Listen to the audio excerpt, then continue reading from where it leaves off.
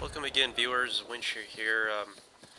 The challenges. How do I compile 45 minutes of gameplay and make it interesting for you? Well, a lot of editing, I guess, even though I had a lot of clips in this squad deathmatch gameplay that were pretty good.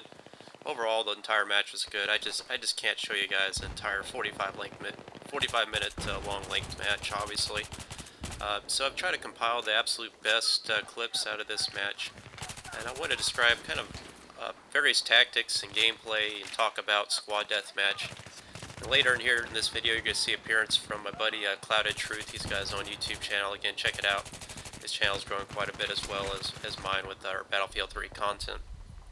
But right now, for the moment, it's just me kind of messing around with squad deathmatch. Game mode I enjoy playing. One of the few people for some reason, I'm one of the few people that really enjoys this game mode. I think it's a great game mode.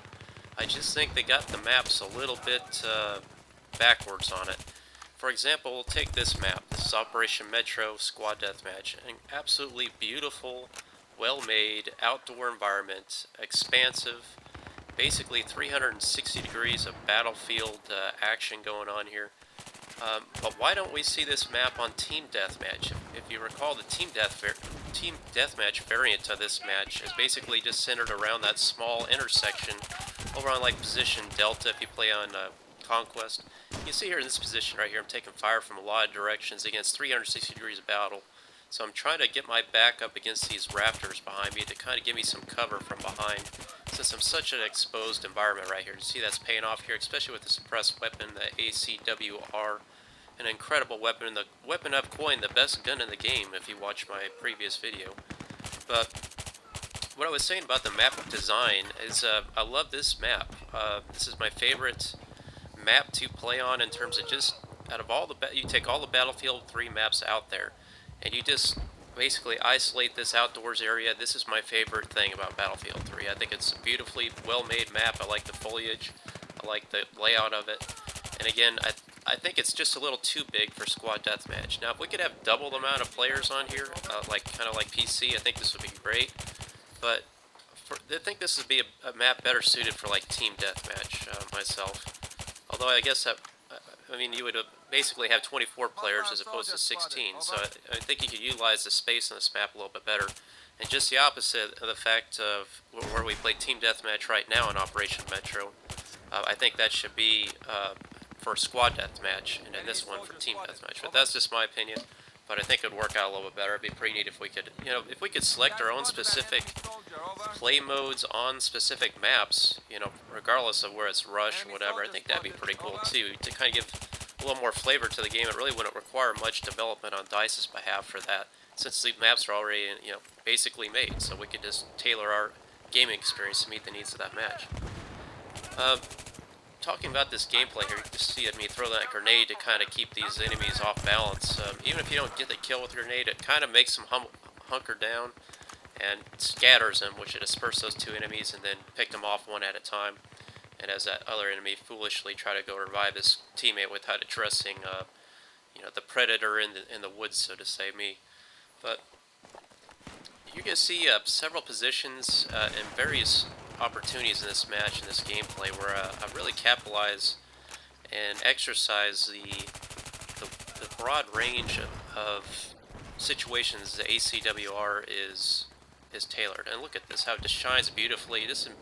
Just in all kinds of situations. I'm stealthy, I'm quick, and the quick reload time is absolutely one of the strongest suits and benefits of this weapon. I don't know how many times that's got me out of a pinch, when I can just quickly reload my magazine, since I, fire 850 rounds a minute. I've only got 27 rounds in a magazine, so having that quick reload capacity really saves your butt a lot of times in this match. And I'm tired of calling it the ACW-R. Do you guys understand that's not the real name of this weapon?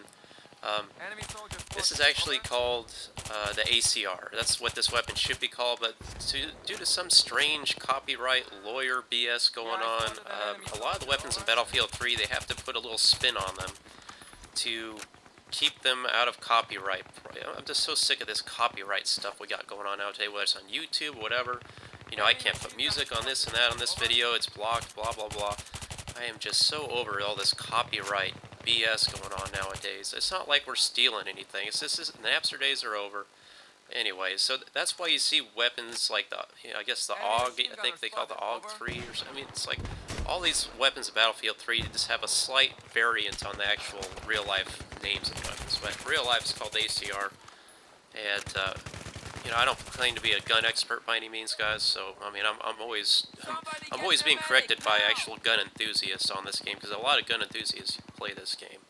But this is a weapon of the future. I don't know if you guys really know, but the M16 platform is an old, tired platform. It's been around a long time, decades and decades of service. It's been around since the Vietnam War. Don't get me wrong, it's been an incredibly successful gun platform. There's been all kinds of variants of that weapon, whether it be the M14, the M17.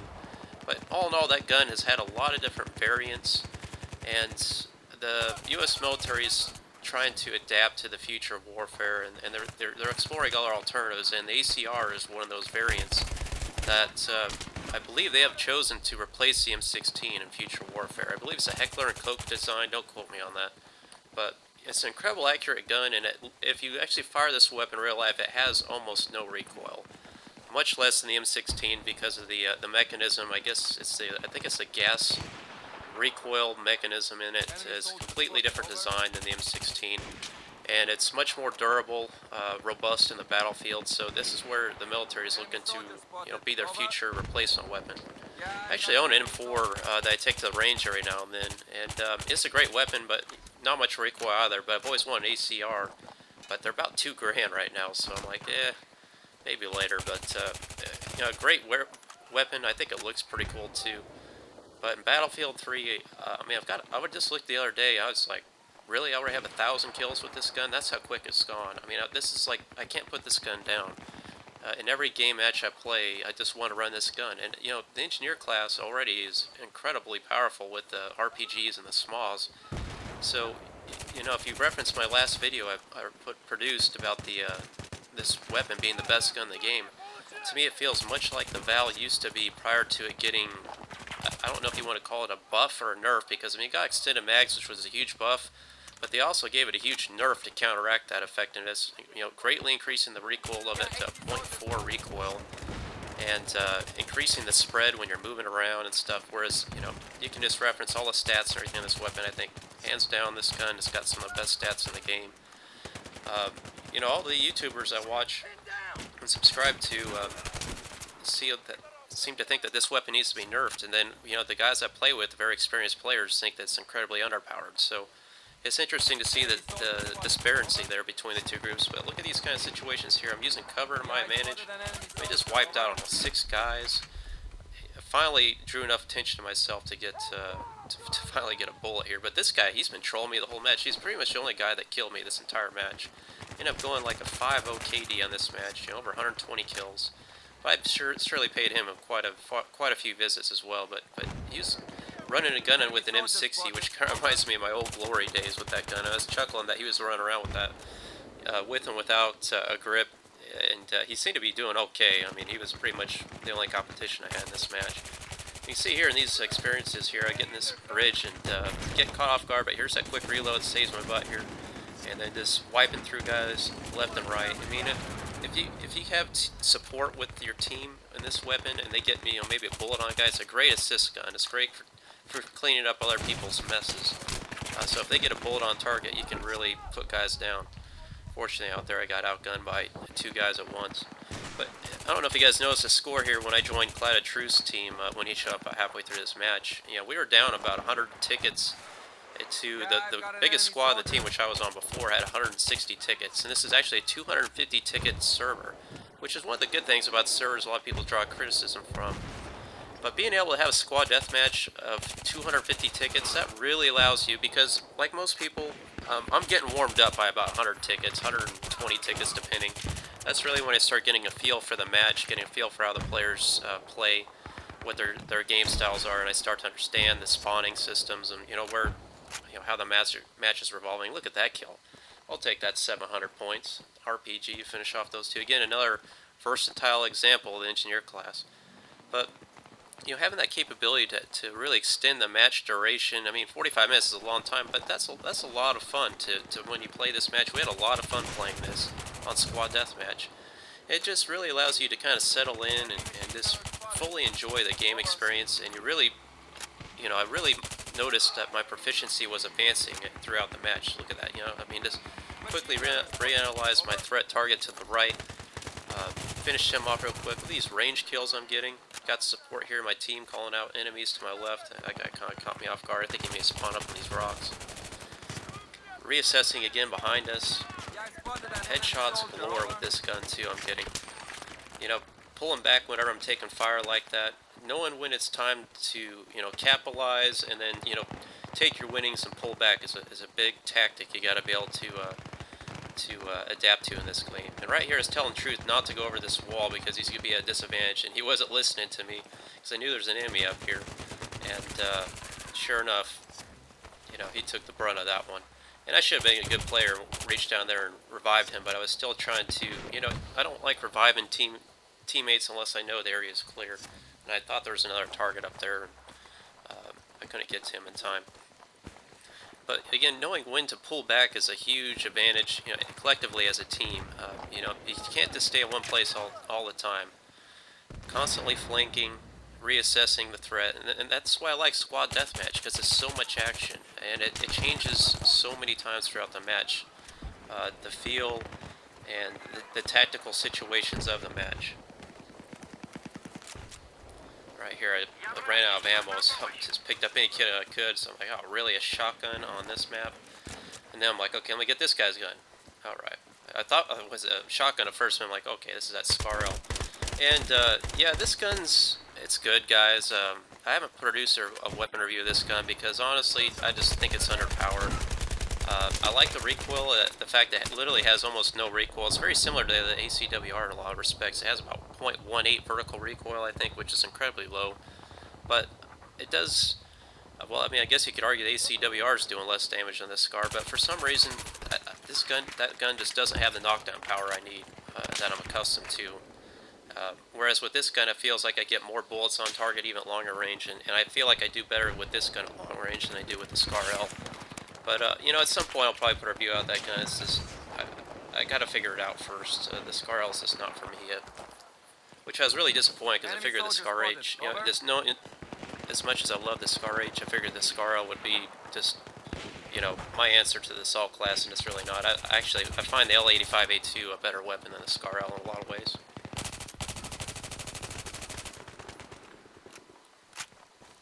Alright, here we're pushing up towards these rocks again.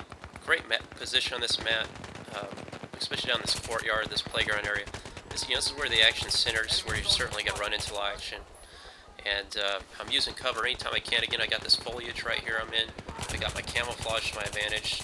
With the enemy looking at me, it's difficult for them to acquire me visually anytime I got foliage to my back, as opposed to like maybe standing in front of a concrete barrier like these in front of me here. But it's amazing how fast time goes here. This match is winding down. Try to cover as much as I can in terms of tactics and strategy. Play this game mode more, guys. You'll find it's not as bad as everybody makes it out to be. There is strategy involved. I think there's more strategy involved in this than there is in Team Deathmatch a lot of times, because you've got 4 smaller squads. It allows a more intimate teamwork experience with your fellow squad mates. Make sure you're balancing your squad perks effectively, not having redundant perks. Try to vary the classes, have at least one assault, so that way somebody in there can revive a squad mate. And overall, just maintain that battlefield awareness, unlike I did right here. But I hope you guys enjoyed the video. Thanks for watching. Please like and subscribe. It helped you out. This is Winch here, and I've got lots more to come.